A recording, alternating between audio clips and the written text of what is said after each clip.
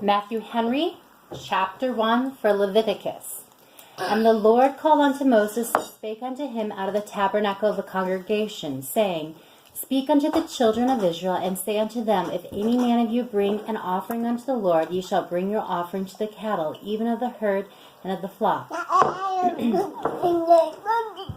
Gwen, listen please. Observe here, it is taken for granted that people would be inclined to bring offerings to the Lord. The very light of nature directs man some way or other to do honor to his Maker and pay him homage as his Lord.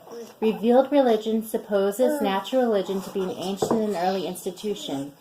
Since the fall had directed man to glorify God by a sacrifice which was the implicit acknowledgement of their having received all from God as creatures, and their having forfeited all to him as sinners. A conscience thoroughly convinced of dependence and guilt would be willing to come before God with thousands of rams, Micah 6:6 and 7. Provision is made that men should not indulge in their own fancies, nor become vain in their imaginations and inventions, but their sacrifices lest, while they pretend to honor God, they should really dishonor him, and do that which was unworthy of him. Everything, therefore, is directed to be done with due decorum, by a certain rule, and so as the sacrifices might be most significant, both of the great sacrifice of atonement which Christ was to offer, and the future of time, and the spiritual sacrifice of acknowledgement which believers should offer daily. God gave those laws to Israel by Moses. Nothing is more frequently repeated than this.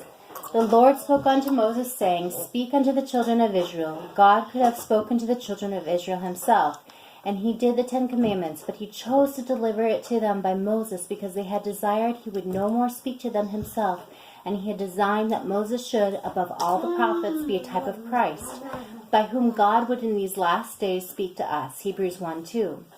By other prophets, God sent messages to his people, but by Moses he gave them the laws, and therefore he was fit to typify him to whom the Father has given all judgment.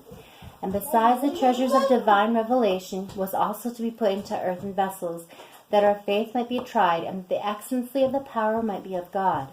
God spoke to him out of the tabernacle. As soon as ever the Shekinah had taken possession of its new habitation, in token of the acceptance of what was done, God talked with Moses from the mercy seat, while he attended without the veil, or rather at the door, hearing a voice only.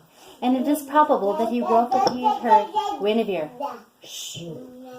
And it is probable that he wrote what he heard at the time to prevent a mistake or a slip of memory in the rehearsal of it. The tabernacle was set up to a place of communion between God and Israel. There were they performed their services to God. God revealed his will to them, thus by the word and by prayer. We now have fellowship with the Father and his Son, Jesus Christ. Acts 6:4. When we speak to God, we must desire to hear from him, and reckon it is a great favor that he is pleased to speak to us. The Lord called to Moses not to come under the dispensation. Even Moses must keep his distance, but to attend and hearken to what should be said. A letter less than ordinary in the Hebrew would have word for called, the Jewish critics tell us, intimates that God spoke in a still small voice. Guinevere, you need to be quiet and listen, please. The moral law was given with terror from a burning mountain and thunder and lightning, but the remedial law of sacrifice was given more gently from a mercy seat, because that was typical. Guinevere Laurel Joy, if I speak again, you will be excused. No. Go to your room. Go. Because that was typical of the grace of the gospel, which is the ministration of life and peace.